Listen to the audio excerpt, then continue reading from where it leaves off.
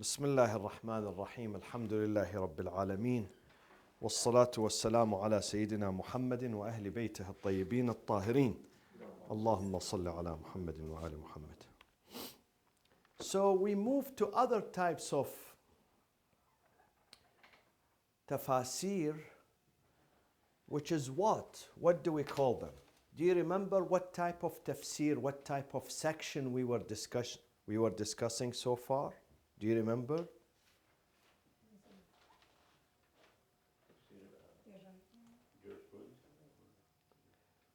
After jurisprudence, after Ayatul Ahkam.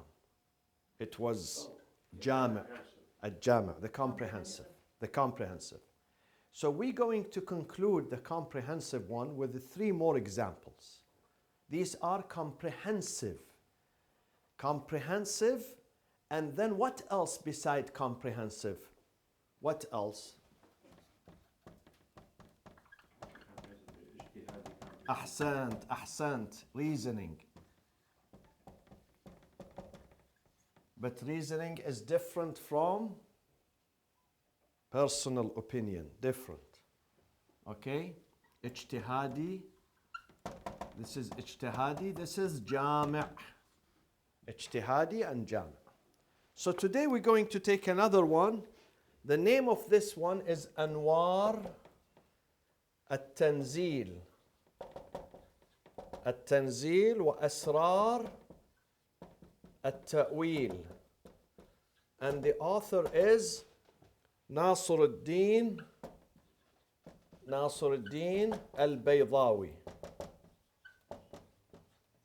البيضاوي, who died in 685 Hijri. Where is he from originally?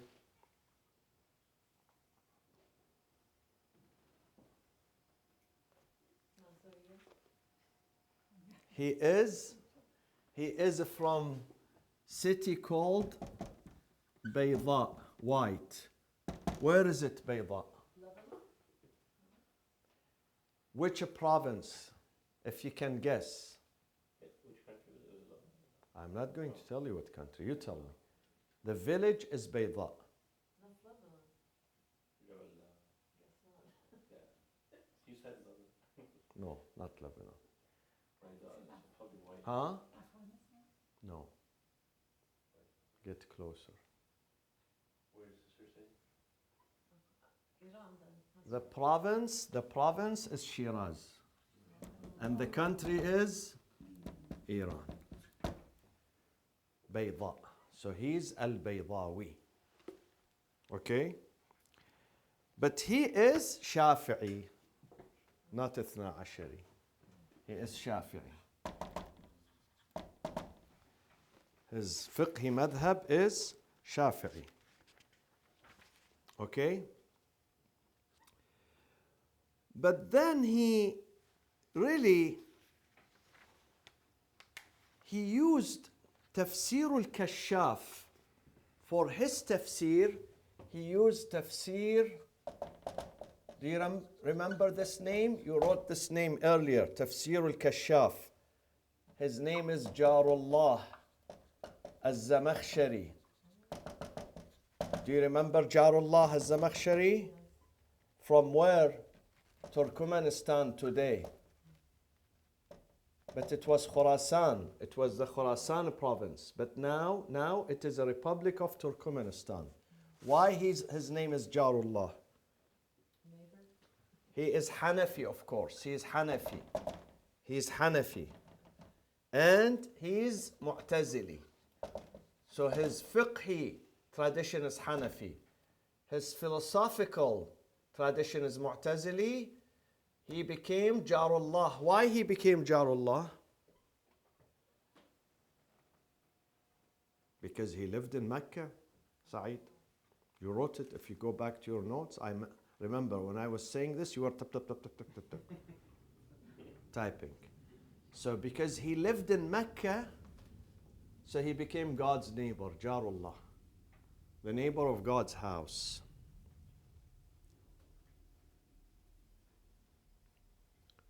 Okay? So this is one of the tafsirs.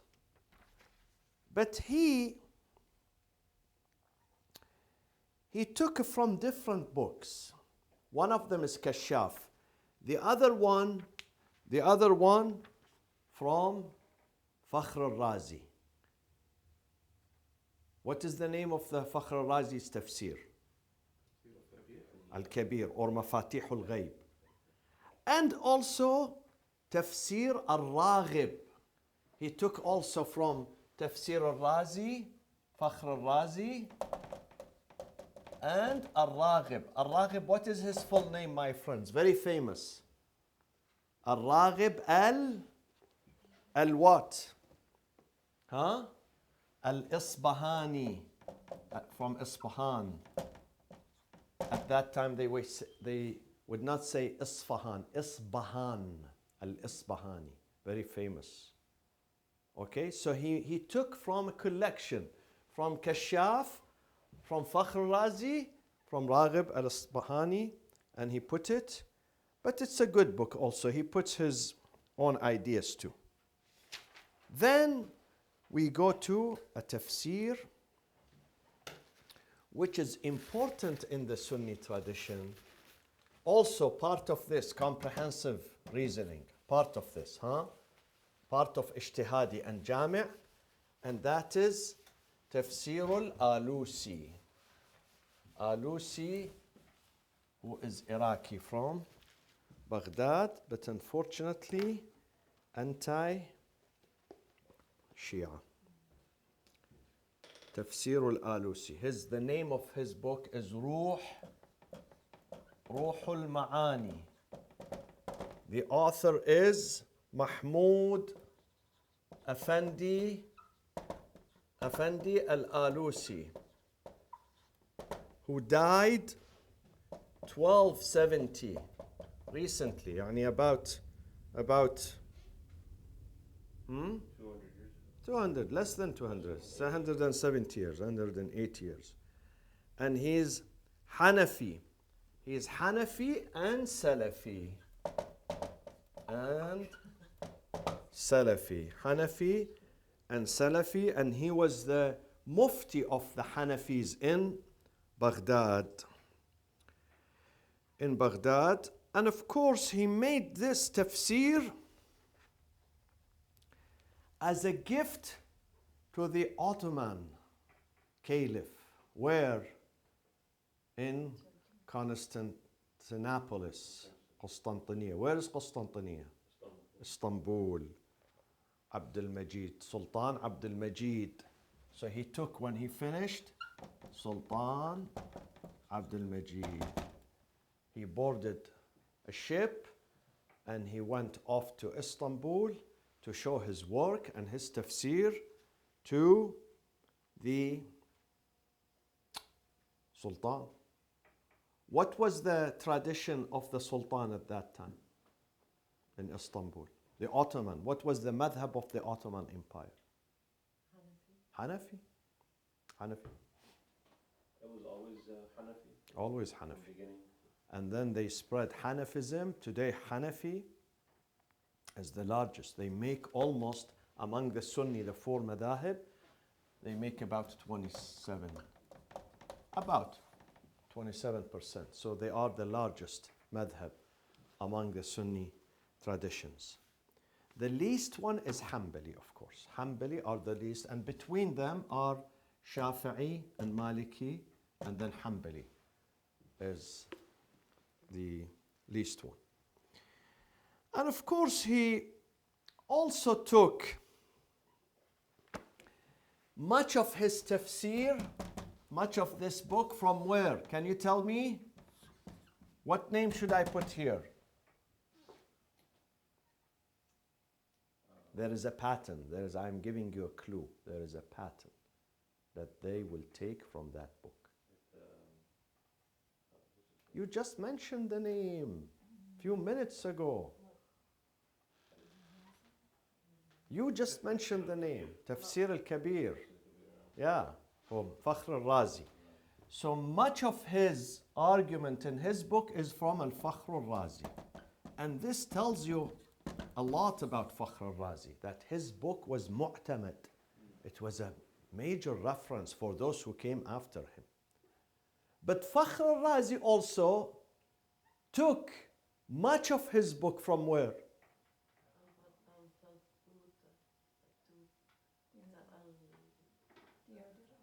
Another al-Razi Which was Farsi. Imami. He was Imami Shia, 12er, and it was in Farsi. You can see the comparison. That first al-Razi is before him, who wrote his book in Farsi, Abu al-Futuh. Abu al-Futuh. The one that had the Arabic title. Arabic title, but the content is Farsi. Died before, 60 years before Fakhr al-Razi. So he took much of. So one takes from the other, mashallah. No copyrights. No copyrights. Okay? But this guy, if you happen to read his book, he was rude.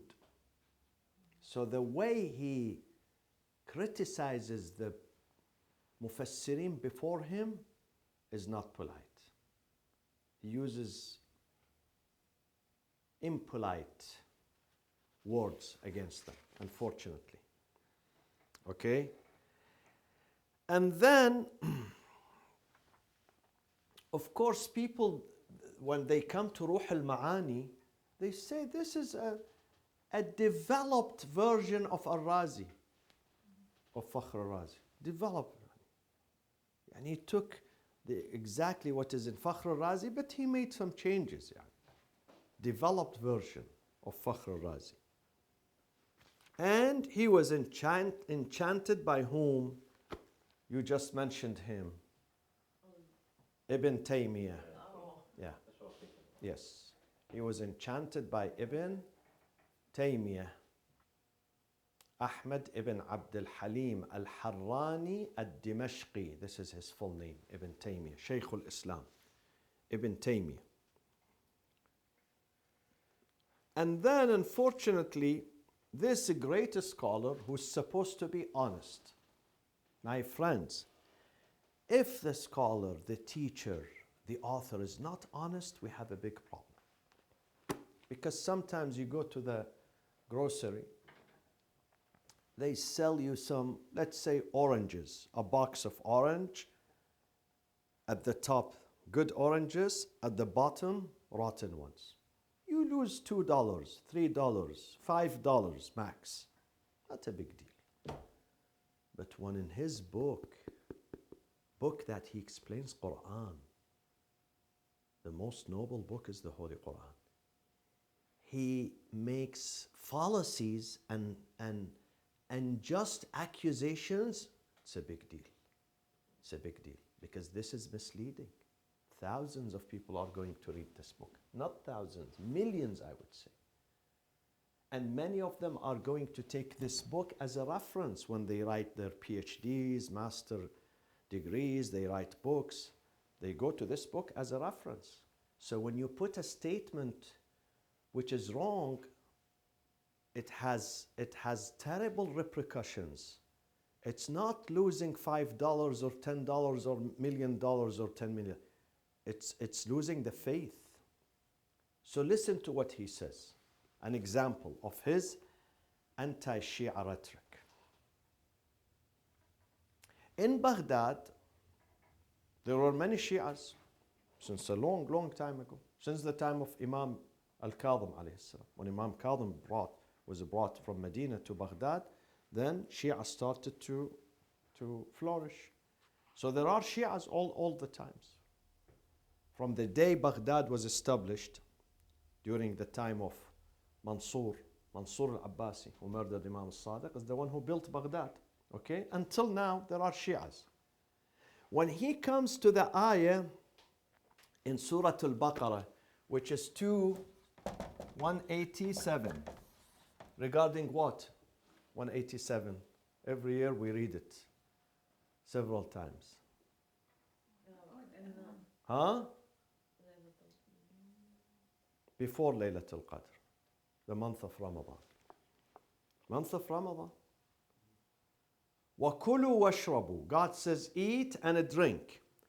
Hatta, until. When do you cease? When you stop eating and drinking, God says until يتبين, you see, يتبين, تبين, you see, becomes clear to you. الخيط الأبيض من الخيط الأسود من الفجر.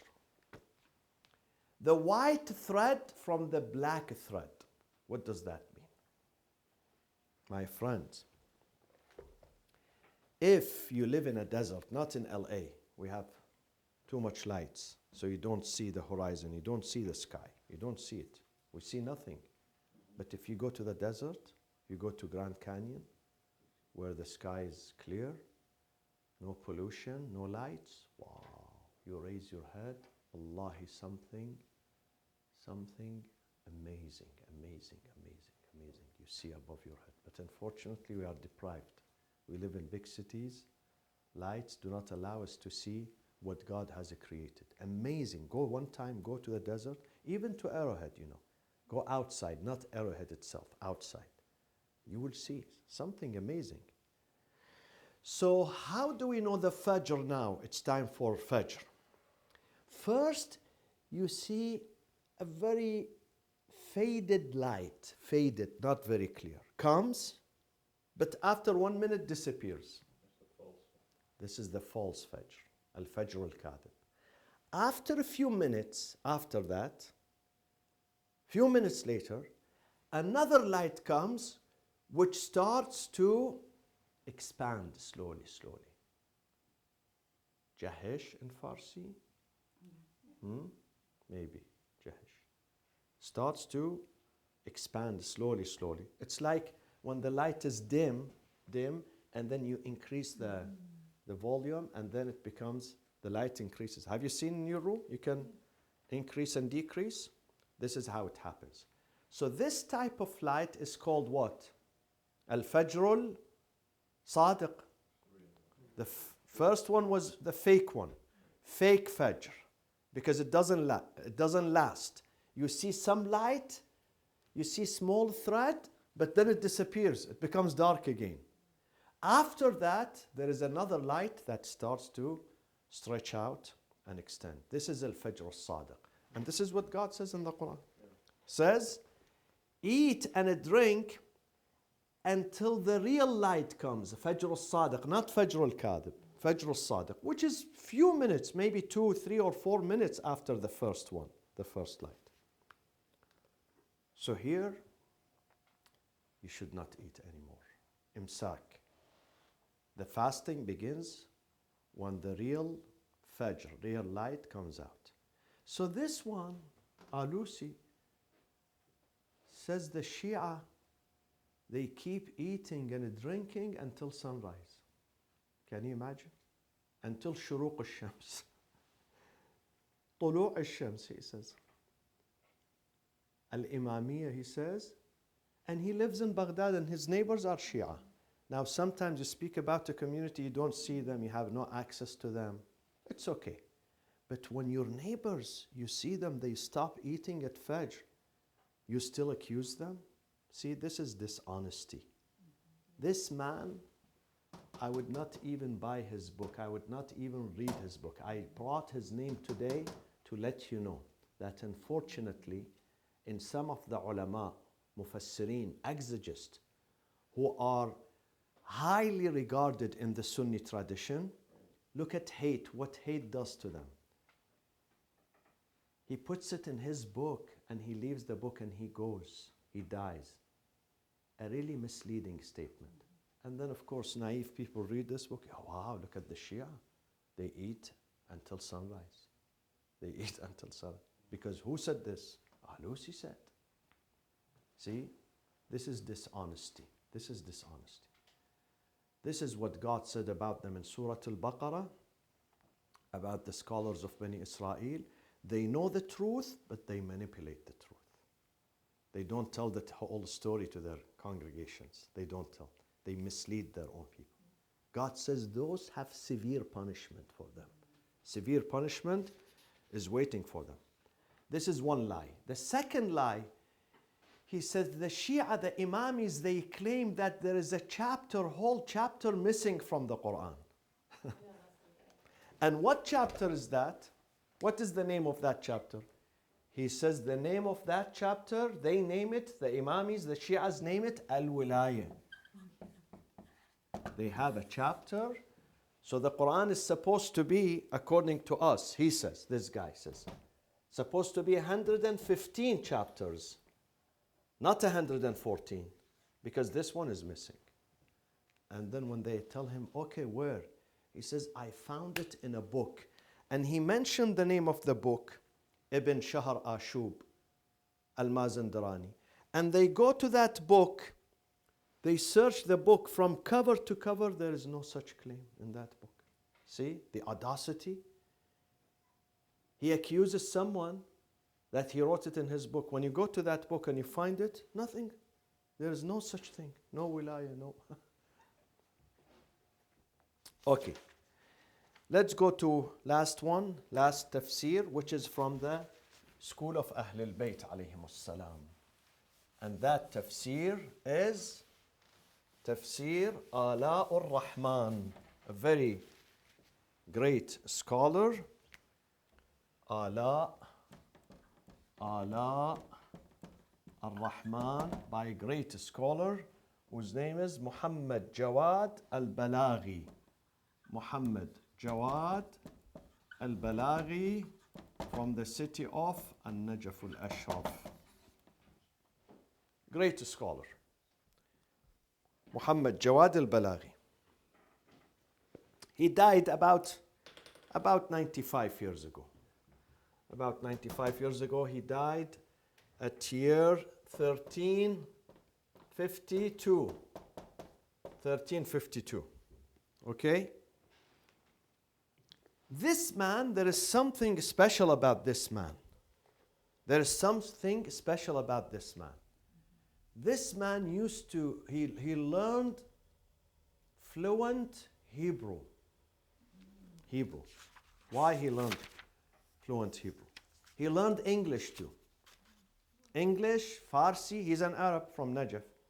But beside his language, he learned Farsi, he learned English, and he learned Hebrew. Why did he learn Hebrew? To study the past. Exactly, to study the Torah and to study the Jewish literature, Jewish books. He said, I'm not going to depend on translation. I have to read firsthand what is in their books. The Torah, okay, the Old Testament, and all the books that are written. And then as a result of that, he wrote a book about Judaism and Christianity, and he nicknamed his book Al-Rihlatul Madrasiyya, the school trip. See, people, they take them to Disneyland, candy store first. He says, no, my school trip is in the books. My journey is inside the books to discover. Al-Rihla al-Madrasiyya, very worthy book. Al-Rihlatul Madrasiyya. Okay, Al-Rihlat. Maybe they because it's 8 volumes. Yeah, it's in translated to Farsi. I've seen it in Farsi, and of course the original work in Arabic, but they translated parts of it in English because it is really useful when you have interfaith dialogue and interfaith relations. So he studied the Old Testament, the New Testament in the Hebrew language, and he spoke Hebrew, and he had debates with Jewish scholars in Iraq and elsewhere. And this is really, he wrote his tafsir at the end of his life. He has many books, but the last work he did was Ala ur-Rahman, Tafsir al-Quran, a very beautiful book. But subhanallah, he reached this ayah and then he died. Subhanallah. What ayah? Listen to the ayah that he reached 457. 457. 457. What does it say? Surah An-Nisa. It says, Inna alladhina amanu, truly those who believe, wa amilu salihat, and they do good deeds. Sanudkhiluhum we will admit them جنات تجري من تحتها الأنهار, into garden of paradise where the streams run underneath them. خالدين فيها, they live a life of eternity there. أبدا لهم فيها أزواج مطهرة, they're going to have purified partners. If they are male, they're going to have a female purified partners. If they are female, they're going to have, inshallah, male purified partners. وَنُدْخِلُهُمْ, and then we will admit them into ظِلًّا ظَلِيلًا, into a beautiful shade, beautiful dwelling, beautiful house. So you have no worries in that house. He finished this tafsir and he died. Subhanallah. What a coincidence. What a coincidence. He speaks about one of the best verses in the Quran, that God is going to admit those who have faith and good deeds into paradise, and then the description of that paradise, and that was the last sentence he writes, and then he died. وصلى الله وسلم على سيدنا محمد وأهل بيته الطيبين الطاهرين. Inshallah, next time we're going to have example of other types of tafsir, which was a literature tafsir, a tafsir al-adabi, that depends on the adab of the Quran, focuses on the adab of the Quran. صلوا على محمد وآل محمد.